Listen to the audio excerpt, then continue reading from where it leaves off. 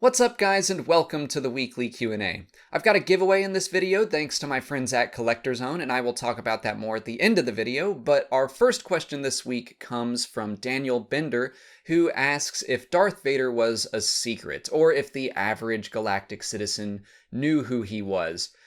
I kind of view Vader as the boogeyman. I think a lot of people heard stories about him, but it was something that everyone had to pick and choose what they wanted to believe for themselves.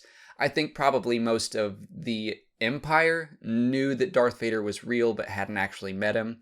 As for like a rebel trooper, I think that, let's say at the end of Rogue One when they saw the red lightsaber ignite, I think all those troopers knew who they were looking at. They knew what they were seeing, and their last thoughts were probably something along the lines of, oh no, he does exist. So, yeah, I do tend to think that Vader's existence was well known, but just not the specifics. Like, also in the book Battlefront Twilight Company, one of the main characters runs into Vader, and he definitely does not understand Vader's powers, but he knows who he is. So, I guess he was kind of a secret in that, yeah, those specifics were just not well known. And I guess that's because the few people that actually had firsthand experience, they had only far-fetched stories to tell. And, I mean, the rest of the people that Vader ran into, he just didn't tend to leave very many survivors. Tom Ackerman wants to know what I'm expecting from the upcoming solo books that were recently announced. We don't have a ton of information about them yet, so it's kind of hard to say, but the one I'm most looking forward to is Last Shot, and it seems to me like it might be kind of following in the footsteps of the old Han Solo and Lando Calrissian adventures from the late 70s and early 80s. Those collections were 3 stories about Han and Lando, respectively, and this one is going to be 3 stories, one about Lando, one about Han, and one about them both, and the covers even kind of match. So I think that they're kind of going with that kind of reminiscent thing where we're going to get 3 individual stories, 3 different adventures, but in this book it'll be a little different because each of those stories is going to kind of tell one overarching story, or they're going to follow the same theme, so it's going to be a little different, but I think they're kind of trying to follow in those footsteps. As for Most Wanted, that would be the other major book. It's going to be a young adult novel, which means it'll probably follow Han as he grows up, and it might be more along the lines of the Han Solo trilogy, at least the first book that was out in 96. I recently read it, so that one kind of follows him from childhood through his about late teens, and I would guess that that book is going to be kind of like that, except probably a little more condensed into one time period. Michael Sweat asks if I think there's going to be a moment in Solo where Han and Lando get mad at each other, or at least Lando gets mad enough at Han that they don't talk again until the Empire Strikes Back. Yeah, I am expecting that to happen.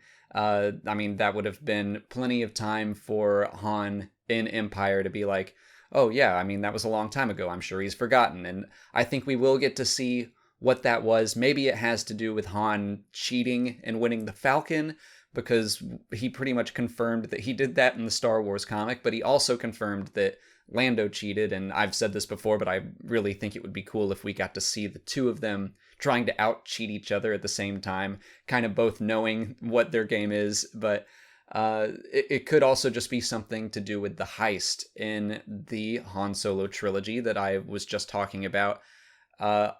Lando thinks that Han tried to cheat him out of some goods, which wasn't the case. It was a misunderstanding, and Han tried to explain it, and Lando wouldn't listen. So it could be something along those lines where, or maybe Han just outright does cheat Lando and take some of his stuff. But we're just gonna have to wait and see. But yeah, I am expecting that to happen.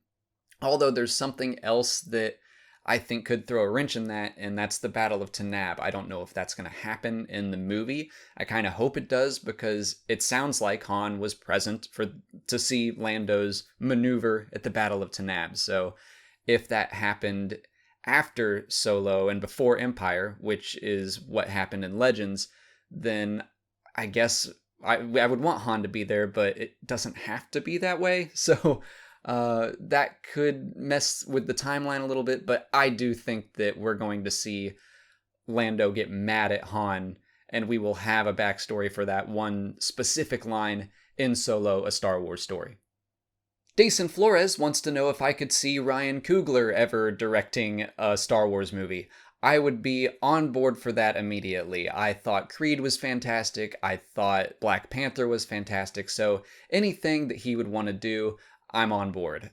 A lot of people already are like, oh, he should do a Lando movie. And again, like, if that's what he wants to do, I'm all for it. But here's something that I think would be interesting for him to tackle, is that he should direct the first alien-led cast, like where most of the characters are aliens and maybe there's a couple human sidekicks. But in Star Wars canon and Legends, aliens have always been kind of seen as secondary species, even by the good guys. I mean, there's like this whole bit in the New Republic where the Bothans are like, you refer to us as aliens, but like you're aliens to us too, you know. So I think it would be very cool to see Ryan Coogler tackle some social issues like that through the lens of Star Wars. I think he'd be very good at it.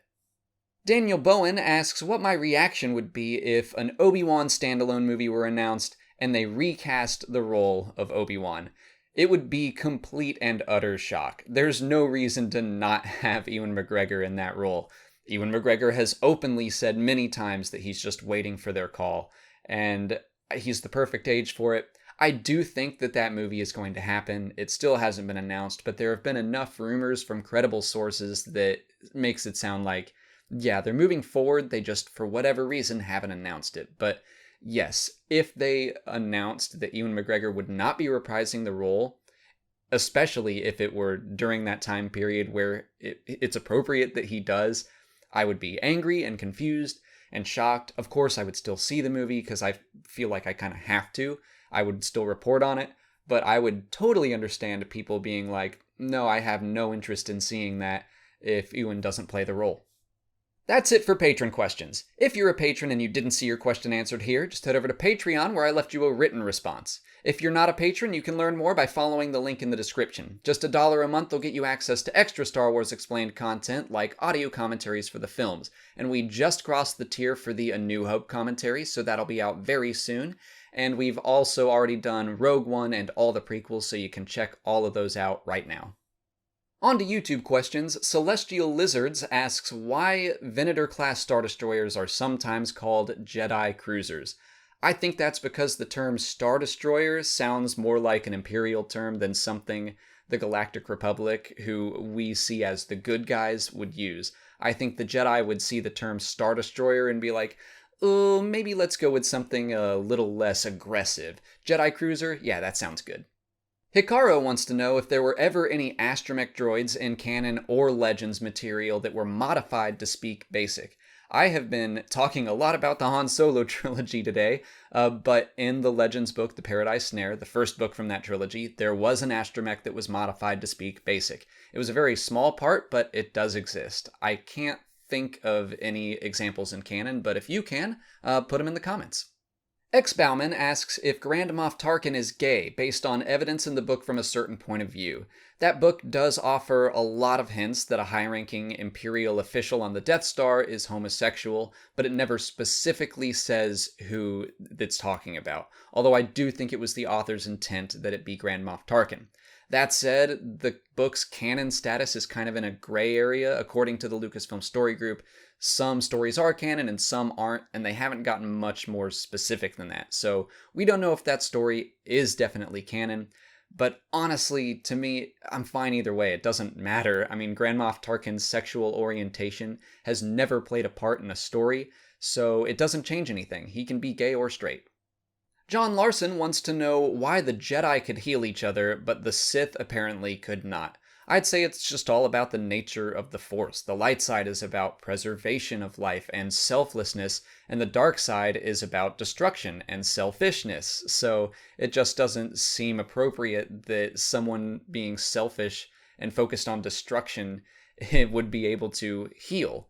And also, to quote Lego Star Wars The Freemaker Adventures, The light side works with the natural order of things, and the dark side works against it.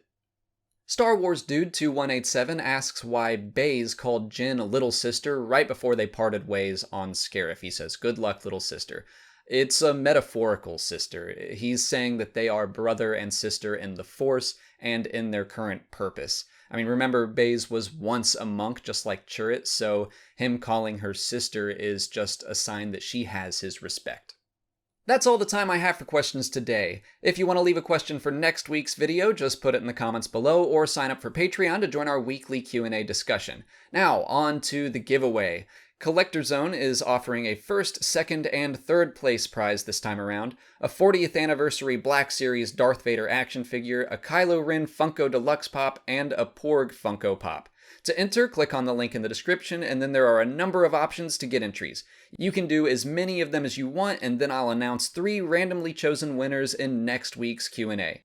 If you haven't already, please like this video, subscribe to the channel, and follow me on Twitter, Instagram, and Facebook. As always, thanks for watching, and may the Force be with you.